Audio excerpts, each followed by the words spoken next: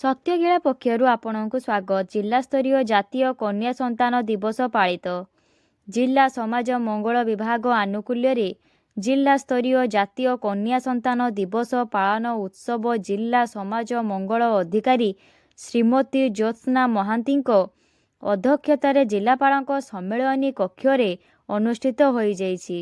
ଏହି ଅବସରରେ ମୁଖ୍ୟ ଅତିଥି ଭାବେ ଜିଲ୍ଲା ପରିଷଦ ସଭାପତି ନାରାୟଣ ପ୍ରଧାନ, ଡକ୍ଟର ନେହା ସିଂ, ୟୁନିସେଫ୍ ଜିଲ୍ଲା ସାମାଜିକ ସୁରକ୍ଷା ଅଧିକାରୀ, ଜିଲ୍ଲା ମଙ୍ଗଳ ଅଧିକାରୀ, ଜିଲ୍ଲା ପରିଷଦ ସଦସ୍ୟ, ଜିଲ୍ଲା ଶିଶୁ ସୁରକ୍ଷା ଅଧିକାରୀ ଏବଂ ଅନ୍ୟ ଅଧିକାରୀବୃନ୍ଦ ଯୋଗଦେଇ କନ୍ୟା ସନ୍ତାନମାନଙ୍କର ସୁରକ୍ଷା ଓ ଅଧିକାର ଉପରେ ଆଲୋକପାତ କରିଥିଲେ।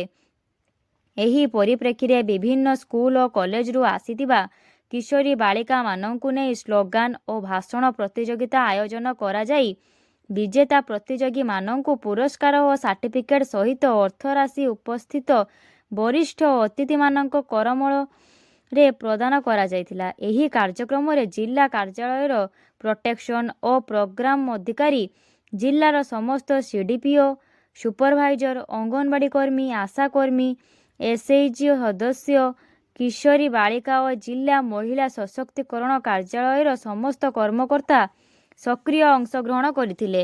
ଧନ୍ୟବାଦ।